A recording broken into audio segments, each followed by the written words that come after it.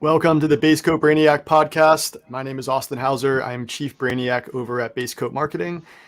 If you own a painting business and you're listening in right now, you are in the right place. So today I have a very special guest, Daniel Honan with Bookkeeping for Painters. And we are going to discuss a rather unsexy, boring topic that could not be more important to the success of your painting business, and that is the financials. So Daniel, first of all, thank you for being here, man. I really do appreciate your time today. No, I'm excited to be here, Austin. Thanks for having me. Awesome. So let's start with you. Daniel, tell me your story. How did you get started? Why are you in the professional painting space? The floor is yours. Sure, yeah. I got started on the job site. My dad had a painting business. So I was 15, just working on commercial repaint jobs and new construction. And that's where I got exposed to the painting industry first. I went to college to get my degree in accounting. During that time, I did the College Works painting program. It's like an internship where you learn to run a painting business similar to College Pro. So I did that in a pretty exciting experience. Learned a lot. Very difficult, probably up until that point in my life, the most difficult thing I had experienced running my own painting business. And then after college, got a degree in accounting. Went into the military for a while. And then when I got back from one of the deployments and doing the civilian world, I wanted to use my degree in accounting and my MBA to help small business owners. And reflecting on my experiences, I had run that painting business, had grown up on job sites, so I thought it would be cool to help painting business owners. So I started Bookkeeping for Painters back in 2016.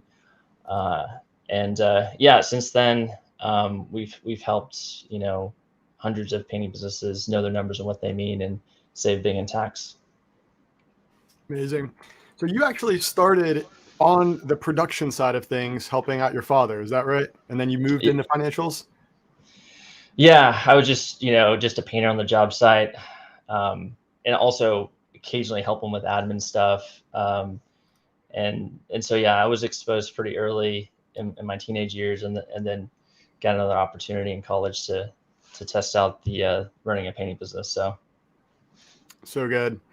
So I wouldn't call myself a freak in the sheets with the spreadsheets, but I definitely rely on our spreadsheets to run our financials here, in addition to QuickBooks and everything else. But I feel like most guys think they know their numbers, but numbers can be scary. And when you open up your financials and look at them, a lot of guys just try to close that book and try to outsell their problems, which we know is not scalable or smart. So let's start with a really easy question. 30,000 foot view. I own a painting business. What should my financial benchmarks look like? How much money should I be spending on material, production, marketing, and ultimately, what should my profit look like there? Mm-hmm. Yeah, absolutely. Yeah, that's the big question. So what I like to focus in on is gross profit. Gross profit is the key metric that is going to make sense to look at first for profitability. And so gross profit, just to define that first, is basically your revenue, your top line, what you've produced and received money from your customers. That's your top line revenue. And then you subtract out your direct labor, so your painters, and your direct materials. So any paint, caulking, whatever you've purchased for that job.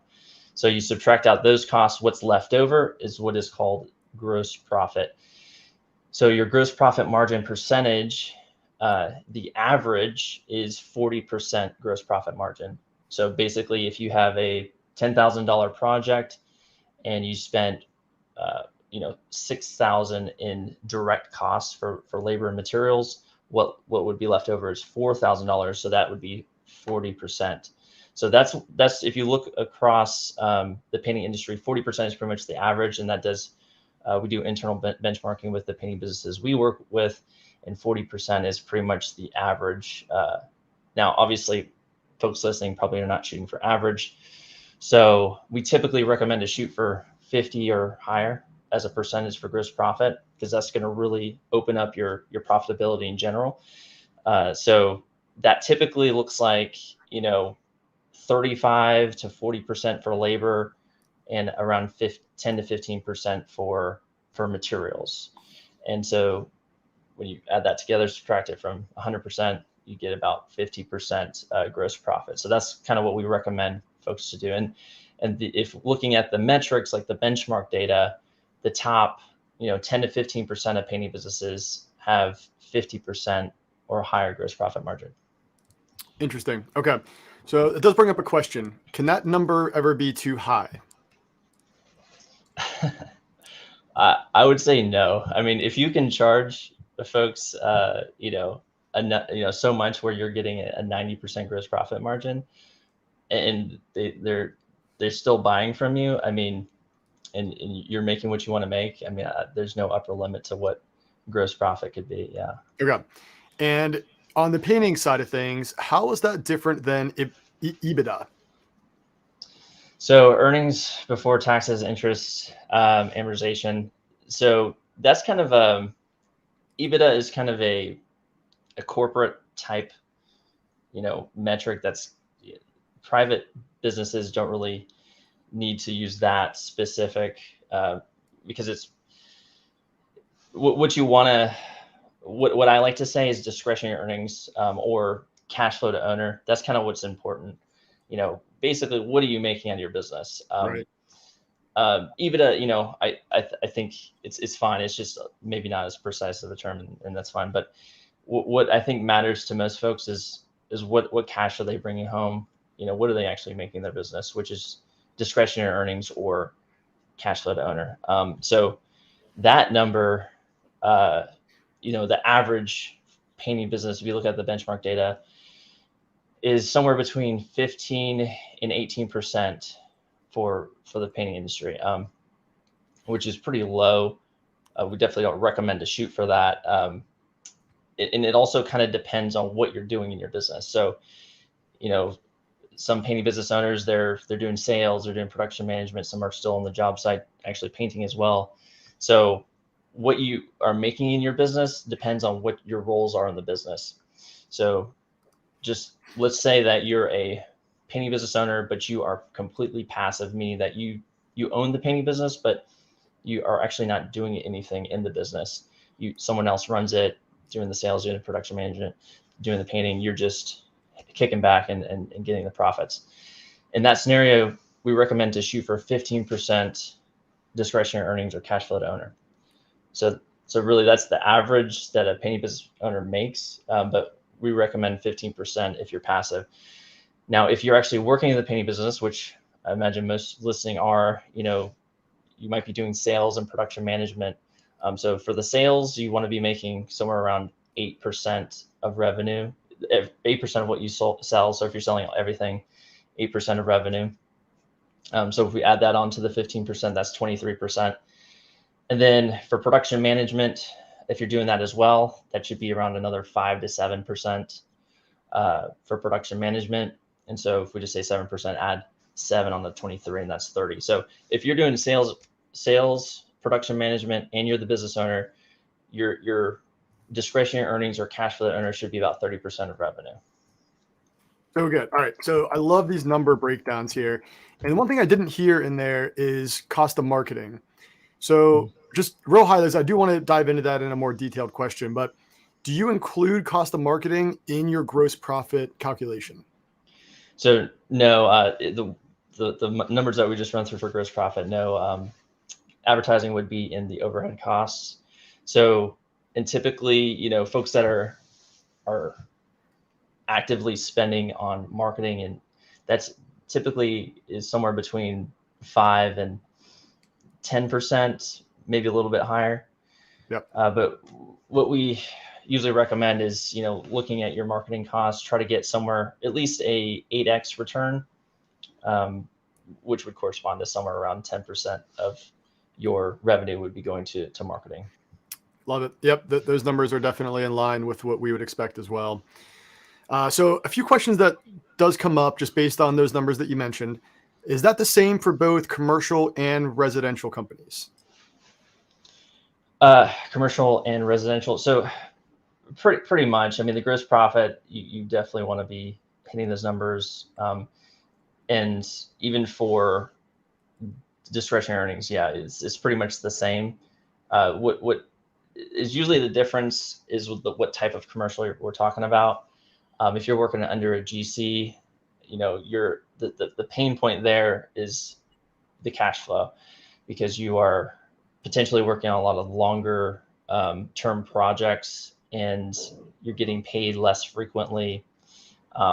So the thing that is really, from a financial perspective, to pay attention to for those folks that are working under GCs or general contractors is cash flow, and to really actively pay attention to that and figure out what you can do to fix those problems. For residential, cash flow is less of it can be an issue, but most folks are, you go to you complete the job, you do a walk around, you collect the check. Like, it should be a pretty straightforward thing. You should not be struggling with cash flow as a residential painting contractor. Your cash flow should be awesome. If you're having cash flow issues, there's something definitely wrong. Commercials, different story. You definitely have to pay attention to that. Love it. And so the numbers you mentioned there, gross profit, that is at the project level. When we're looking at the company holistically, including things like the cost of marketing, let's say, are there any numbers in there that change or shift around that we should be aware of? So it's a good question. So there definitely is changes. Usually the changes on the P&L are based off of where you are in your business, like what growth. We kind of break it down in the growth phases. So you're like, are you between 0 and 500K? Are you between 500K and 1 million, 1.5 million? Are you above that? So break that down. Let's talk about each level there, as I think that'll be important to define those distinctions. Right. So the first one is the startup phase. You're, starting your painting business. You're, maybe in the first couple of years, you're definitely doing sales and production management, and you may even be on the job site. So your gross profit margin here, you still should shoot for 50+%, but you should be making a lot more money in your business, especially if you're working on the job site too. I mean, your cash flow to owner or discretionary earnings should be, above 30%. Maybe if you're working on the job site all the time, maybe it's even 60% or 70%, because you're doing everything, right? So you should actually be making a lot more money. So if you're just doing 200,000, but you're doing like everything, you could make 6 figures. So that's kind of the big, when we're looking at financials there, it's what are you doing in the business, and you should be, your margin should be a lot higher, because you're probably doing a lot more. Once you get to 500,000, above that level, you're probably, somewhere around 750, 1 million, you're probably going to be capped out on doing the sales and production management yourself. At this point, you probably have crews that are working under you. So you're probably doing that 30% I had mentioned, where you're doing sales, production, management, and you're the business owner. So you should be shooting for 30% profitability. But at this point, you probably need to hire a production manager or a salesperson to take the load off of you, so you can focus on growing your business to the next level. And so this is a key hire, right? Your first big hire. Obviously, you've hired painting crews before, but getting someone to manage those crews or getting someone to represent your company in your sales process is a big hire. So getting that hire right is important, and also the compensation structure, which a lot of people need help with, like, how much should I pay a salesperson? So that goes back to what I was talking about before, which a salesperson generally gets paid somewhere around 8% of what they close. Now that can be strictly commission, like 100% commission. It could be, 90% commission and maybe a low base salary, but it's typically pretty high in commission, because you want a salesperson that's going to be motivated by money and wants to close work for you. The production management side, like getting a production manager, they're probably, you could still do commission and bonuses for gross profit. Maintaining gross profit margins is a common one, and maybe also a bonus based off a net promoter score, like which is the basically a question you would ask your customers after you complete a project. Hey, how likely are you to refer us to friends and family? Yeah. and they give you a score of 1 to 10, 10 being highly likely to recommend you. So a lot of folks do like a bonus based off of gross profit margin. Hey, production manager, if you keep production gross profit above 50%, and you also keep in a net promoter score of at least 80 or whatever, you'll get an X bonus or percentage of the revenue. So you can do maybe a bonus, but a lot of the times production managers kind of get a salary with bonuses. It's more of an even split. So, but the key for the production manager is that they're making somewhere between 5 and 7% of what they produce, whereas salespeople somewhere around 8% of what they sell. So getting that key higher when you're between 500,000 and $1 million, or maybe $1.5 million, depending on your situation. Getting that first hire is super important, and then also setting up the compensation for that person so that they're motivated and their interests are aligned with yours. Is set up right. So that's that phase, and then above $1 million or 1.5 million, you're maybe still doing the sales, or maybe still doing production management, and you're the business owner. So at this point, you should still be getting that 15% profitability plus whatever you're still doing in the business. So maybe you're still doing sales. That's usually the common thing. You're still doing sales, you have a production manager, and you're the business owner. So that at that point, you should be getting cash flow to owner or discretionary earnings of about 23%, 15 plus 8. And so at this point, you're the CEO and you're the salesperson.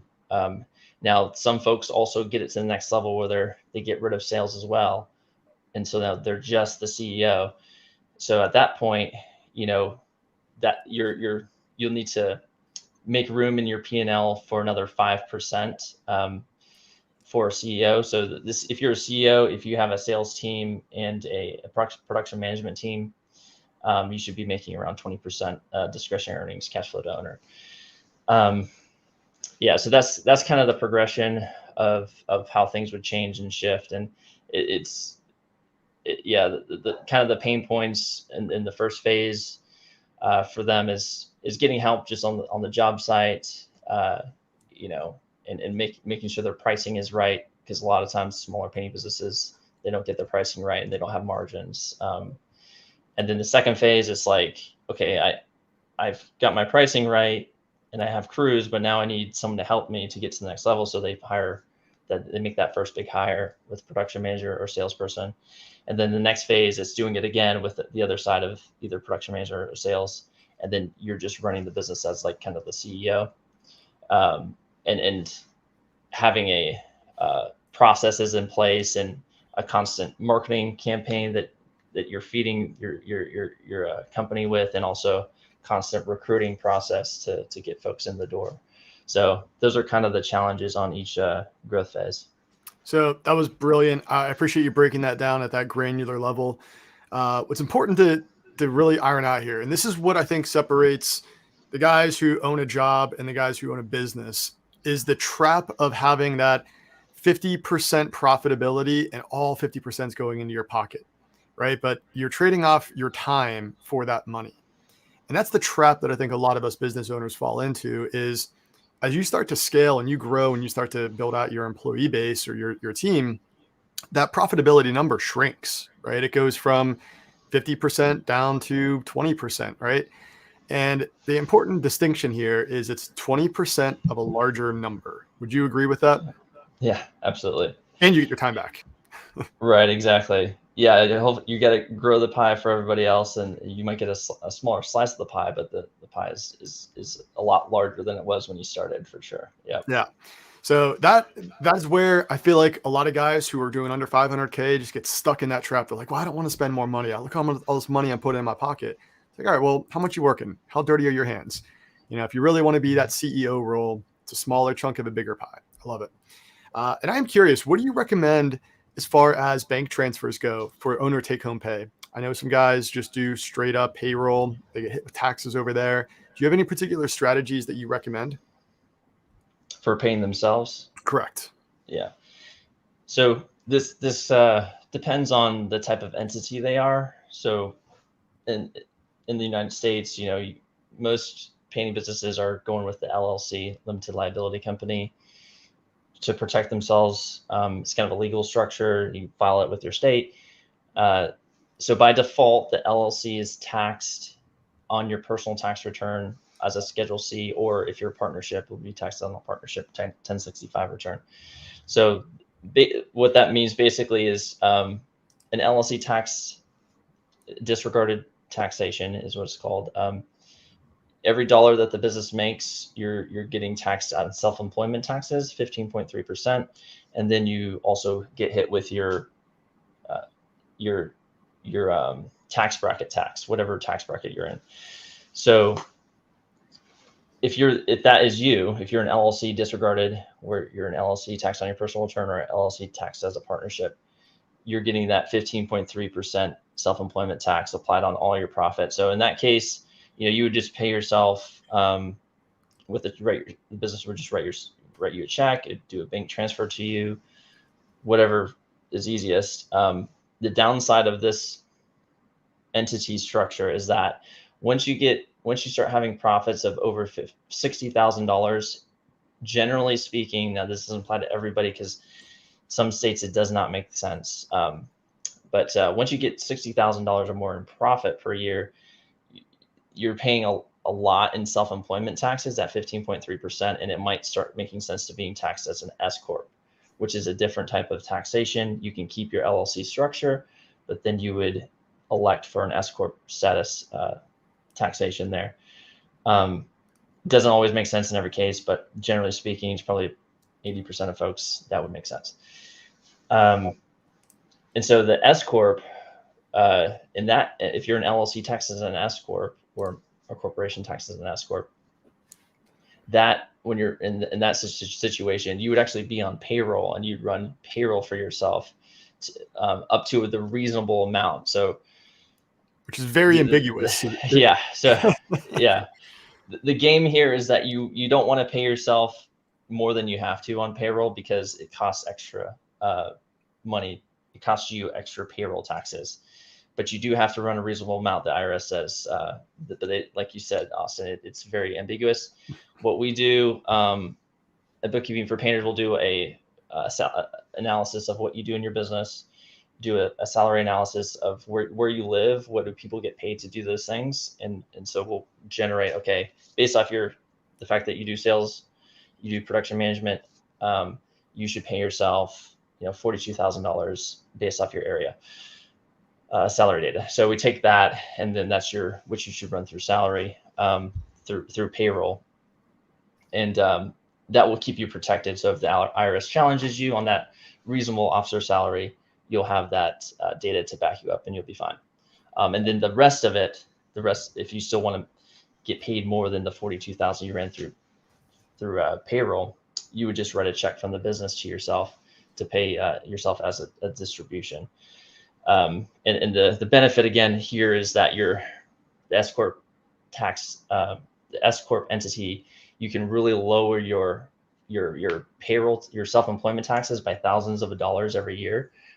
Once you get over that $60,000 profit mark, usually. So that if you're over that amount of $60,000 in profit, you might want to consider electing the S corp status. Yeah, and then C corp is what we're looking at, $10 million plus. Yeah. I mean, it's really, any of these entities you can take up to multiple millions for sure. It kind of depends on what you're trying to accomplish for being a C corporation. If you're trying to get like funding from investors, a C corp is more flexible in that sense. So if you're trying to really scale and get more people involved and get a lot of investors, C corp might make sense. As far as saving on taxes, it usually doesn't make sense in most cases. There are some things that might apply in some scenarios that it makes sense, but overall, usually the C corp it's higher in tax, generally speaking, but it can be beneficial in other ways. So kind of depends on the situation. Okay, love that. So thank you for that breakdown. Super important stuff, guys. Let's jump back to the gross profit for a moment.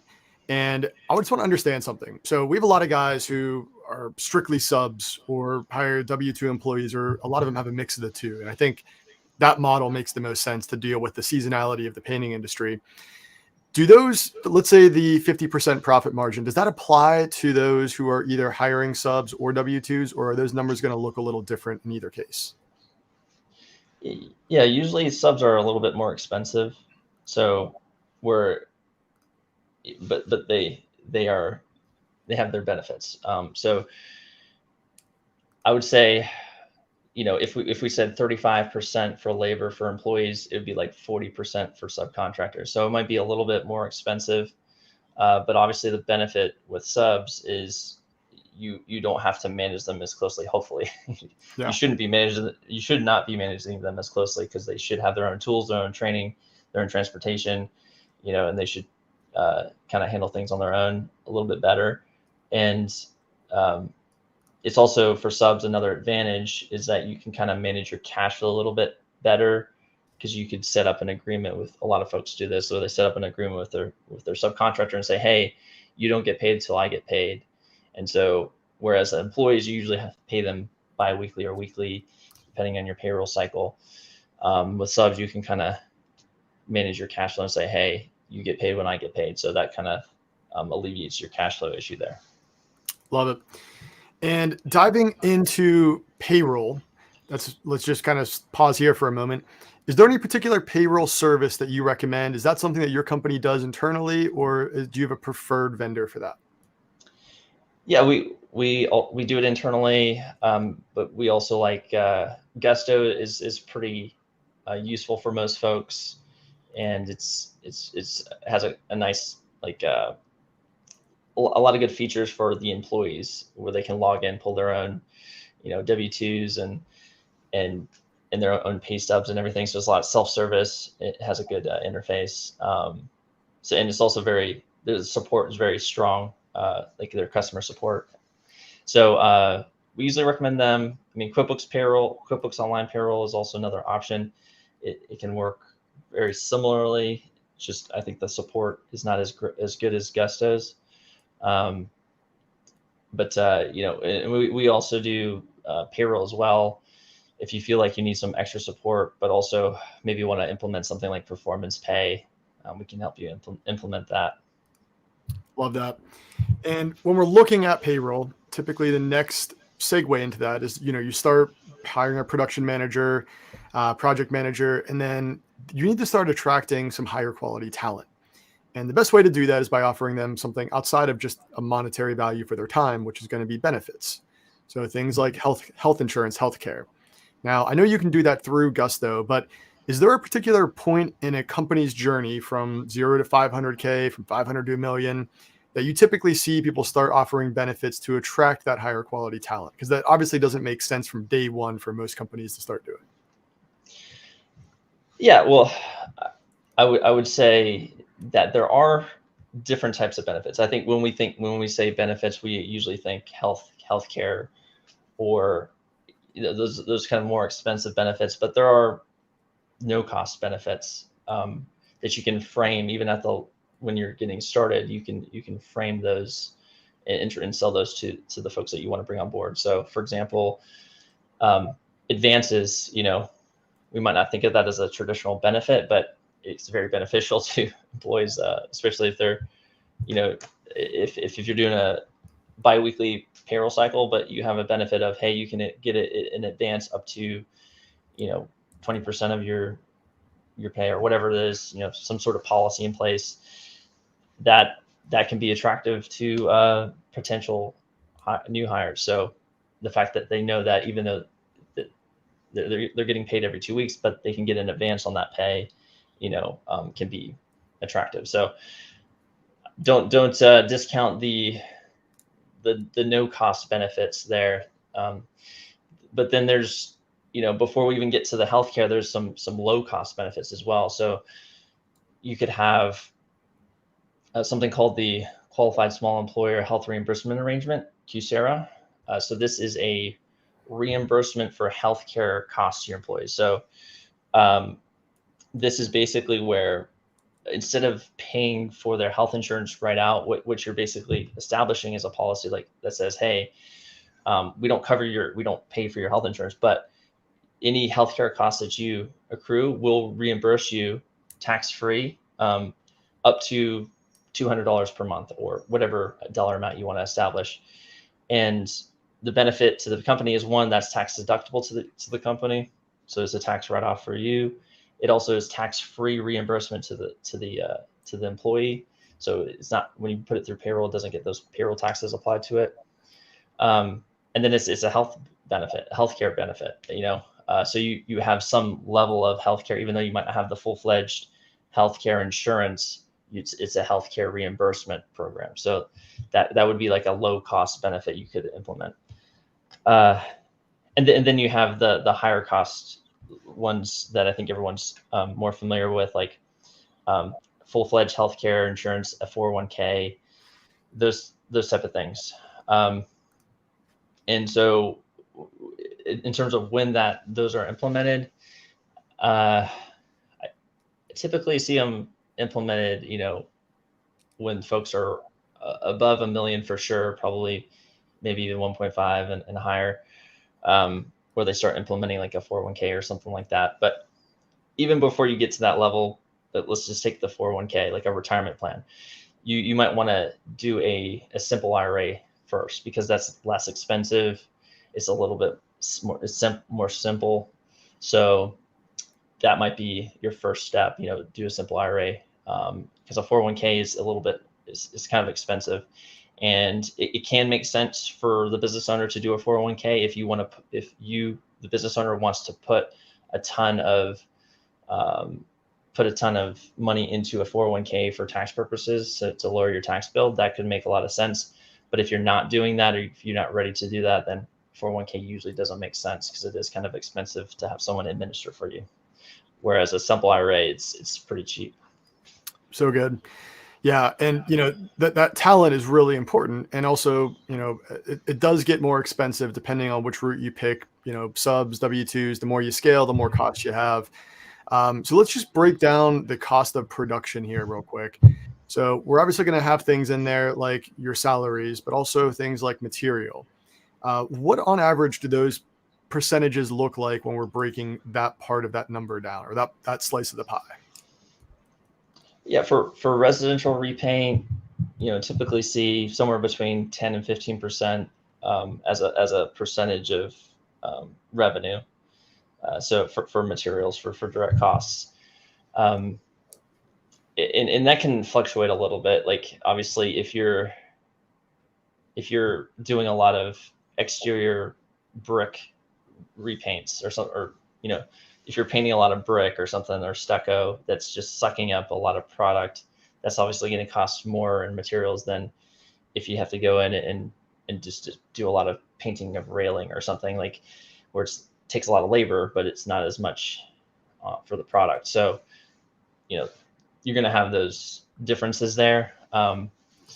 So, you definitely want to pay attention to your material costs. Make sure you're getting with your Sherwin-Williams rep or your Benjamin Moore store, and making sure you're getting those discounts if you're have an account set up with them and stuff like that.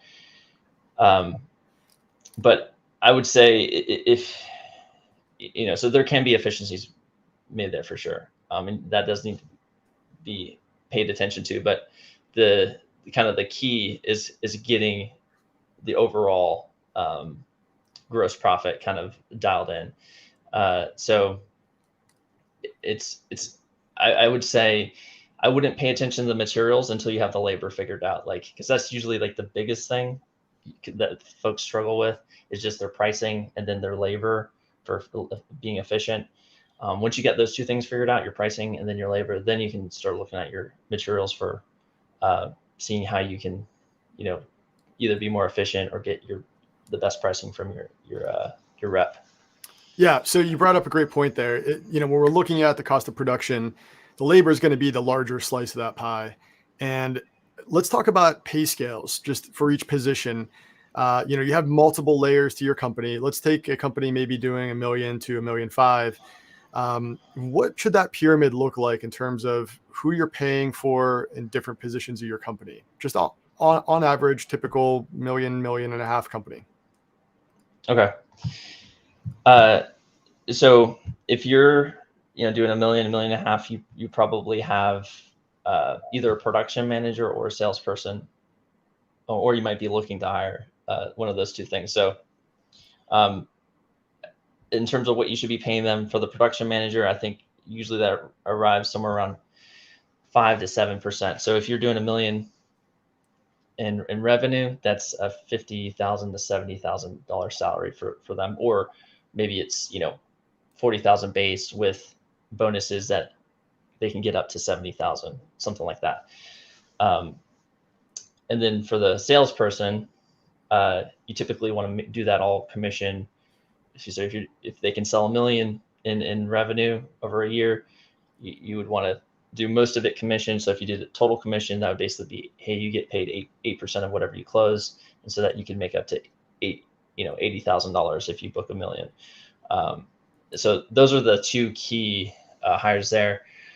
And then going to you also might have an admin person. So, or maybe a virtual assistant. And really that's usually just paid kind of hourly, $20, $25 an hour for some sort of admin support there. And then for the crews, you have your painter, your junior painter, maybe a senior painter, crew leader. The way you can structure that is basically most time folks are doing this on an hourly basis. So a typical painter, I'm seeing right now, like paying folks starting out somewhere around $20 an hour. And then a senior painter might be paid $25, $30 an hour, maybe even a little bit more depending on their skill level and how they're performing. But the key is, I think for them is going back to the 35% of revenue. So the way you get there is basically price off of production rates, meaning that for each project that you bid on, you should generate a budgeted hours, like, hey, this project is budgeted for 100 hours of labor. And so that estimate, you take that and change it into a work order, which some softwares do this automatically, like Paint Scout. So that work order will have a breakdown of, okay, here's all the things that need to be painted, and here's the budgeted hours for each of those items. You give that to your crew lead and say, hey, here's the budgeted hours, and you hold them accountable. Hey, you need to get this project in by 100 hours or less. Now, you can do some sort of performance pay system using that. Structure is basically, I'm going to pay out, X amount of dollars in labor, even if you do it under budget. So it's an opportunity for them to basically make more than their base rate. You can do some sort of bonus program like that to kind of incentivize those painters. So that's what I would look at, especially if you're struggling with those folks keeping under budgeted hours. Is the first thing, really get your pricing down so you generate budgeted hours, then getting a work order to your crew so they know the expectation and what's expected of them to paint this project. What's the time frame looking like? And then you can, once you get those two items down, then you can look at maybe doing some sort of performance pay or bonus system to incentivize those painters to beat budgets. Amazing. Yeah. Love all that. Okay. Let's shift gears here.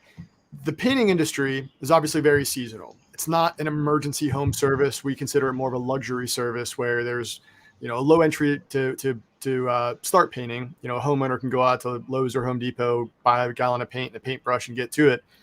So we do follow a seasonal trend depending on the holidays, the time of the year, all that kind of stuff, the weather. How do most painting companies stay financially sound with all of the seasonality in this industry? Do you have any strategies that you recommend on that side? So Yeah, there's a few things. So I would say there's one, it's taking care of your team. You know, if you have a seasonal business, you should have those conversations with your team to prepare them.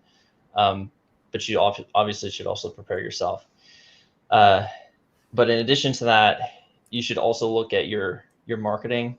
Um, you know, customer reactivations, doing some sort of deals at the end of the year when you know things are going to slow down, to try to reactivate your customers. I've seen a lot of clients have success with that, where they're, having some sort of compelling offer in those slower times to kind of generate, interior work or whatever the case may be, or even having another service line. Some folks have started doing Christmas tree, or not Christmas tree, but Christmas lighting, um, to kind of have that service line that offsets, uh, the fact they're going to be kind of, if they're doing mostly exteriors, they're going to be kind of not have that much work to do in the winter, so they offset that with some sort of additional service.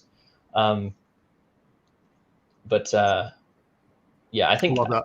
especially for the folks that have been around for a while, I just see a lot of painting businesses. They've been around for years. They have a huge customer list of like hundreds of people they've worked with, but they're not like re-engaging those folks on a periodic basis. Database reactivation campaigns, guys.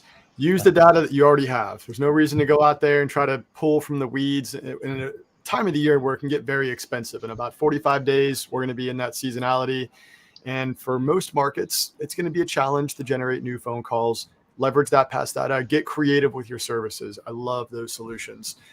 So let's say that I'm a painting business owner and I open up my books and get all of my numbers plugged in, and they're way off from the numbers that you're proposing here, right? I'm sure this pops up more often than you think.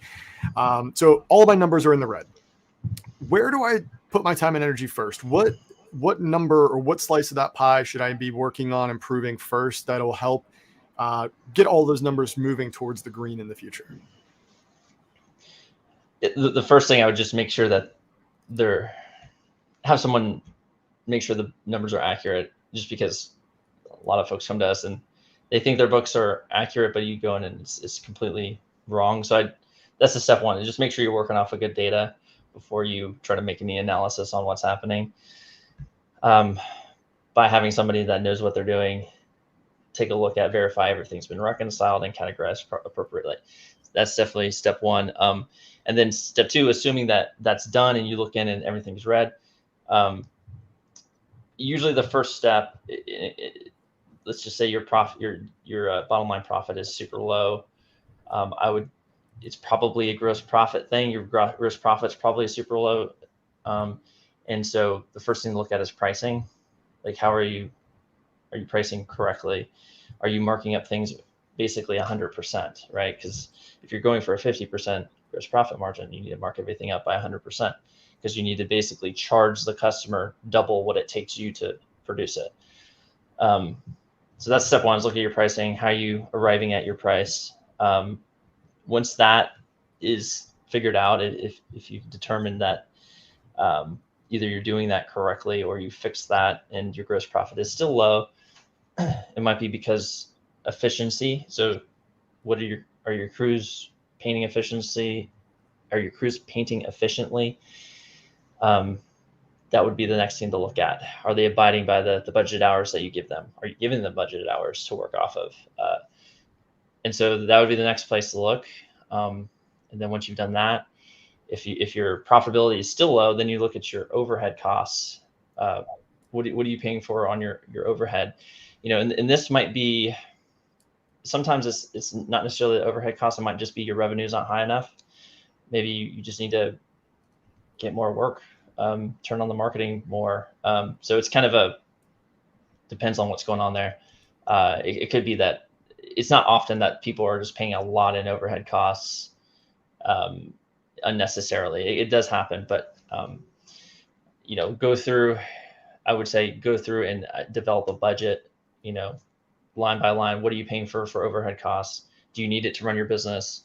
And then it also consider advertising. What are you spending on advertising? Maybe it's just that you need to grow your business, and that's why, and that overhead cost being a high percentage of your overall revenue that problem will disappear if you just increase your revenue. And so, yeah, so that's basically the rundown. Look at your pricing, look at your efficiency for your jobs, then look at your overhead costs in marketing, which you're putting into your marketing, and then that should hopefully resolve your profitability issues. Then if you're still having issues there, if your profit on your P&L says you're good, but you're having cash flow issues, like you no cash in the bank, feel like you look at your profit and loss as like, oh, it looks like I'm doing good, but I don't understand because my cash is super low. Then it might be some sort of a collection issue where you're maybe invoicing your customers, but you're not actually collecting from them. This is especially true for commercial, but it also can be an issue with residential if they're just like sending an email but not collecting right after the job is done. So making sure you're collecting from your customers as quickly as you can. And then also look at how are you paying your bills? Are you paying your bills? Are you basically delaying your bills as much as you can to optimize your cash flow? Because the whole game with cash flow is get paid faster from your customers and then delay cash outflow from everyone else. This is a game you can play there to improve your cash flow. So good.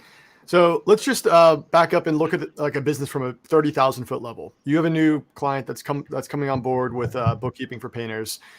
What is the most common financial issues that you see time and time again that if you could scream from a mountaintop, like, hey, do this today, that they'll set them up for success for the future? I think the most common problem is probably the pricing. So making sure you're pricing correctly. I recommend production rates. That's usually the most successful painting businesses that I see.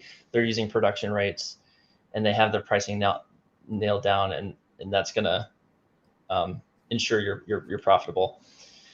That's definitely the problem number one, I would say. And then from there, cash flow can be an issue for the commercial side of things, and it's just basically understanding how to play that game of cash flow, getting paid faster / delaying outflow of cash. And then there's some other hacks that you can do, like with your Sherwin-Williams, pay it down with your credit card to extend it another 30 days, those kind of things, making sure you have a Sherwin-Williams credit account to begin with, and then stacking it with your credit card. So there's certain tactics you can do to improve cash flow there. And then, the other thing the third thing I think would be, marketing. A lot of folks are sometimes scared to put money into marketing. I don't know if scared is the right word, but hesitant to put money into marketing because they think it's too expensive, but if as long as they're getting that 8x return, it's definitely worth it. So, there's I guess a kind of a hesitance to put money into marketing, but as long as, you should be definitely cautious, making sure you're getting that ROI. You can track it to make sure you are, but you shouldn't just like not try it. So, yeah. Marketing. Yes. There's one question I wanted to touch on is I know we briefly glanced over this earlier in the call, is the cost of marketing on average. Now, what we say is if you're a small company or a large company looking to grow, right, we're looking at 5 to 8% of your annual revenue back into marketing. If you are aggressive growth, you're looking to scale, you're looking to reinvest, maybe 10, 12% at most. And so if we're looking at a company, let's say you're doing $1 million a year, it should be roughly about $4,000 to $8,000 a month, about $50,000 to $100,000 a year. Do those numbers align with what you typically preach to your clients? Oh, yeah, absolutely. So, yeah. Yep, go ahead. I was gonna say, yeah, that's pretty much, we look for 5 to 10%. If it's over that, then we'll kind of dig into the details. Okay. It might be okay, just look into the return on investment for each marketing campaign. Is there anything that's really lagging that's not getting, if you're doing Facebook ads and you're only getting a 4x return on investment or a 3x return on investment, it's like something needs to change there. It's not very profitable. So, if it's over 10%, definitely needs to be, dug into to see what's going on there. But yeah, that's pretty much what we look at as well. Yeah, and our minimum benchmark is 10x return. We figure that's so just in line with your 8x return. But we have some guys doing 20, 30x. And the amazing part about that is we'll still find people who complain, even if they're getting 20 or 30x return. It's always about expectation setting. I think that's the hardest part about anybody's job, looking at numbers, right? So I do have a few more questions for you here. First, are there any tax incentives or tax breaks that you like to inform your clients of? I'm thinking of things like purchasing a car at the end of the year. So you're not, let's say, instead of giving your money to the government, you're reinvesting that back into your company. Are there any easy low-hanging fruit that you like to preach to your clients? So I think the low-hanging fruit we kind of touched on already is your tax status. Like, if you're getting over 60,000 in profit, definitely look at the S corp election. That might save, and that can easily save you like multiple thousands of dollars per year, if not more. So that would be a low hanging fruit for sure. And then once you have the S corp set up, another low hanging fruit would be making sure you have an accountable plan, which is just another way of saying a reimbursement plan, so that you're getting reimbursed for all the things that you are using on your personal side. You're getting reimbursed from the business, and not only for you, but you can also do this for your employees. But basically, everyone's using their cell phone.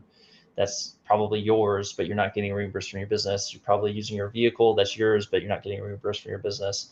You're probably using a portion of your house for either a shop or maybe a home office. So, and you might not be getting reimbursed from your business. And so those reimbursements are not only reimbursements, but also tax deductions to your business. And that's where the tax savings come in.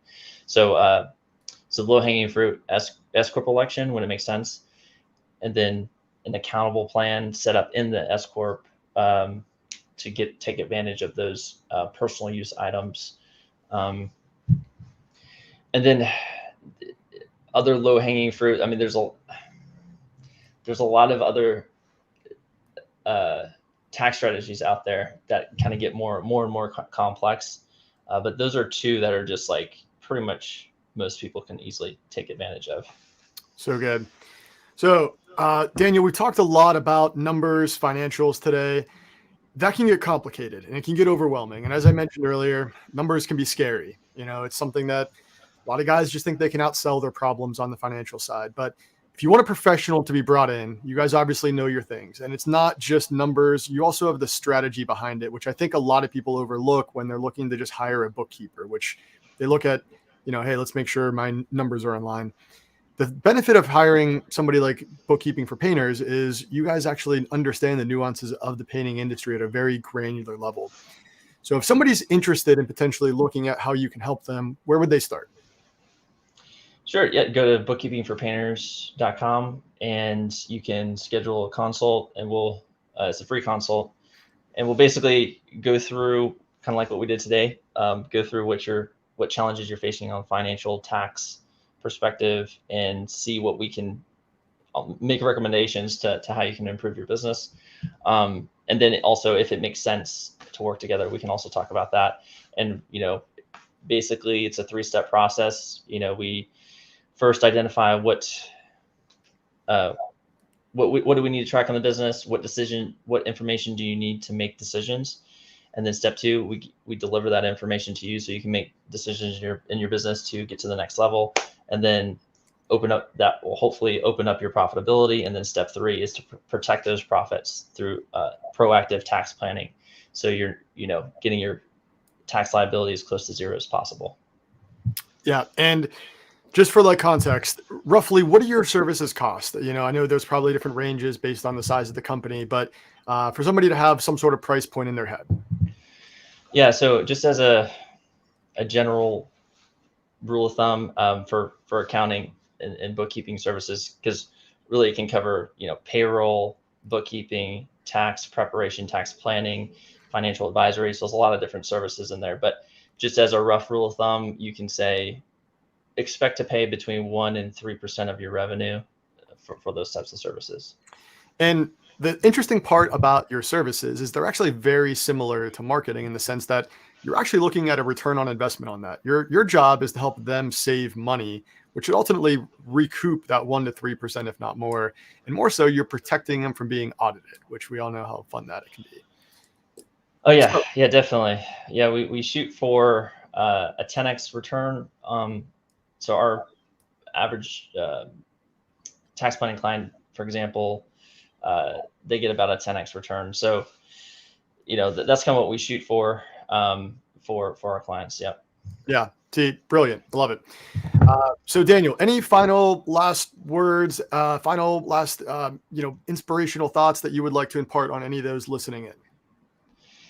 Yeah, no, I think it's just running a painting business is all about knowing your numbers, what they mean, and really getting a firm understanding of your numbers will help you get to that next level. So Know your numbers, make sure they're accurate. Call Daniel. He'll make sure they're in line. Daniel, thank you again for your time today, brother. Really do appreciate it.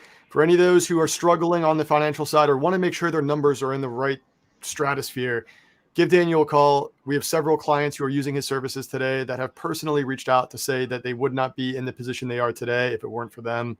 So we can vouch for his services. Thank you, Daniel, again for your time today, guys. Cheers. thanks. I appreciate it. Awesome.